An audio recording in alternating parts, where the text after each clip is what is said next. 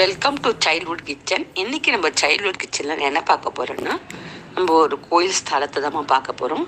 அதாவது செங்குன்றத்துக்கு அடுத்து கொஞ்சம் ஒரு 1 hour ட்ராவல்மா. ஞாயிறு, அந்த ஊர் பேர் ஞாயிறு. அங்கே சூரியனார் கோயில் இருக்குமா, அது பெரிய சிவன் கோயில். அதில் சூரியநாராயணனும் வச்சு வழிபடுறாங்க. நான் சரி பார்க்கலாம்னு சொல்லிட்டு தான் இன்றைக்கி நாங்கள் போனோம். முக்கியமாக ஞாயிற்றுக்கிழமை ரொம்ப விசேஷமாக செம கூட்டம் இருக்கும். பயங்கரமாக லைன் நின்று தான் போய் சாமி தரிசனம் பண்ண முடியுமா. மற்ற நாள்லாம் ரொம்ப ஃப்ரீயாகவே இருந்ததுமா. நான் இன்றைக்கி வந்து ரொம்பவே நிம்மதியாக இருந்தது எங்களுக்கு சாமி தரிசனம் பார்க்கறது. அதுதான்மா ஃபர்ஸ்ட்டு கோயில் கோபுரமாக என்ட்ரன்ஸு பார்த்துட்டு நேராக உள்ளே போனோமா.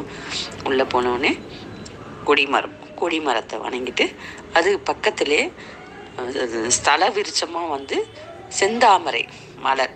அங்கே அவங்களுக்கு பூ வந்து செந்தாமரை மலர். அதை ஒரு சின்ன குளம் போல் வச்சு சுற்றி வேலி போட்டு அது தாமரை மாதிரி வச்சு அலங்காரம் பண்ணியிருக்காங்க. அதையும் பார்த்தோமா. அதையும் பார்த்துட்டு அப்படியே நேராக வந்துட்டோம். ஃபஸ்ட்டு விநாயகரை பார்த்தோமா. விநாயகரை பார்த்துட்டு அதுக்கப்புறம் முருகரை பார்த்துட்டு அப்படியே வந்தோம். அந்த கோயில் கோபுரமெல்லாம் பார்த்தோமா. ரொம்ப அழகாக இருந்ததுமா. அதுக்கப்புறம் காசி விஸ்வநாதர் இருந்தார், அவரையும் பார்த்தோம். அவரையும் பார்த்துட்டு அப்படியே சுற்றி வரும்போது கோயில் ஈஸ்வரர் கோயிலுமா. அங்கே நடராஜர், உற்சவர் நடராஜரும் அலங்காரம் பண்ணி வச்சுருக்கேன் கோயிலில். அதாவது டிசம்பர் மாதம் கடைசியாக எனக்கு ஞாபகம் சரியா கடைசி தேதி, அந்த ஒரு லாஸ்ட் தேதி, ஒரு 2-3 தேதியிலேருந்து ஜனவரி 7ஆம் தேதி வரலும் உற்சவம் நடக்குதுமா. அதுக்காக தினம் உற்சவர் வந்து அந்த பிரகாரத்து வலம் வராங்கம்மா. அதுக்கான அலங்காரத்தோடு ரெடியாக அந்த சிவனை அலங்காரம் பண்ணி வச்சுருக்காங்கம்மா. அவரையும் பார்த்தாச்சுமா.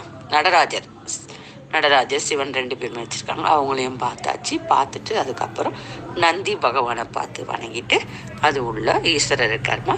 ஈஸ்வரர் படம் எடுக்கக்கூடாது, அதனால் ஈஸ்வரரையும் பார்த்துட்டு பக்கத்துலேயே சூரியனார்மா. அந்த சூரியனார் வந்து அங்கே பக்கத்தில் அருகாமலே ஏதோ கட்டடம் கட்டுறதுக்காக பள்ளம் தோண்டும் போது அவர் வந்து கிடைச்சதா அங்கே இருக்கவங்க ஒரு பாட்டி சொன்னாங்க. 10 வருஷத்துக்கு முன்னே நடந்தது அப்படின்னு அவங்களுக்கு தெரிஞ்சதை சொன்னாங்க. அது வச்சதுல இருந்தாமா இந்த கோயிலுக்கு நிறைய ஜனம் வராங்கம்மா. அதுக்கு முன்னே வருவாங்க, இந்த அளவுக்கு வரமாட்டாங்க. இந்த சூரியனாரை வச்சு வழிபடுறதுலேருந்து ஞாயிற்றுக்கிழமான செம்ம கூட்டமாக வராங்க.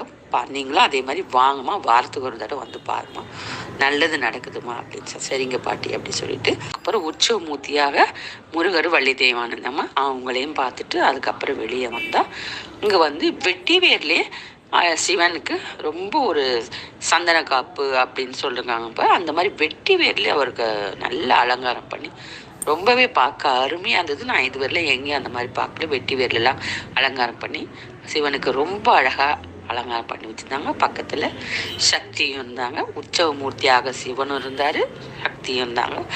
அவங்க 2 பேரையும் பார்த்துட்டு அதுக்கப்புறம் அந்த கோயில் வீதி வராங்க பாருங்க, அவங்களும் போனாங்க. மேலதாளத்தோடு சிவன் போனார். அவங்களையும் பார்த்தாச்சுமா. பார்த்துட்டு அதுக்கப்புறம் வந்து அன்னதானம் கொடுத்தாங்க. சுட சுட பொங்கல் வாங்கி சாப்பிட்டுட்டு வயிறார சாப்பிட்டுட்டு அதுக்கப்புறம் திருவோடு மரம் நான் இதுவரையிலும் எங்கேயுமே பார்த்தது இல்லைம்மா. அங்கே திருவோடு மரம் இருக்குது. நம்ம கோயிலெலாம் திருக்கழிக்குன்றம் அங்கெல்லாம் போகும்போது படியில் சன்னியாசிங்கெலாம் கையில் வச்சுருப்பாங்க பாருமா. அந்த திருவோட காய்க்கிற மரம் அங்கே இருக்குமா. அந்த கோயில் உள்ளவே வச்சுருக்காங்க. எல்லாமே கொலையாக இளநீர் காய்க்கும் இல்லையா. அந்த மாதிரி திருவோட்டு மரத்தில் வந்து திருவோடு வரிசை அப்படியே அடுக்குனா மாதிரி கோர்த்தா மாதிரி இருக்குமா, காய்ச்சிருக்குமா. ரொம்பவே அழகாகவும் வந்து எனக்கு அதிசயமாக வந்தது.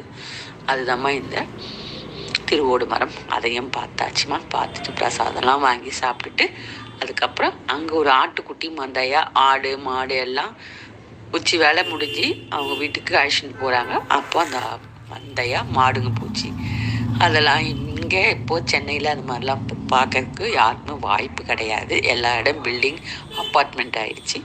நாங்களும் சின்ன வயசில் ஆடு மாடு கோழியோட வளர்ந்தவங்க தான். இப்போ எங்கேயுமே கிடையாது.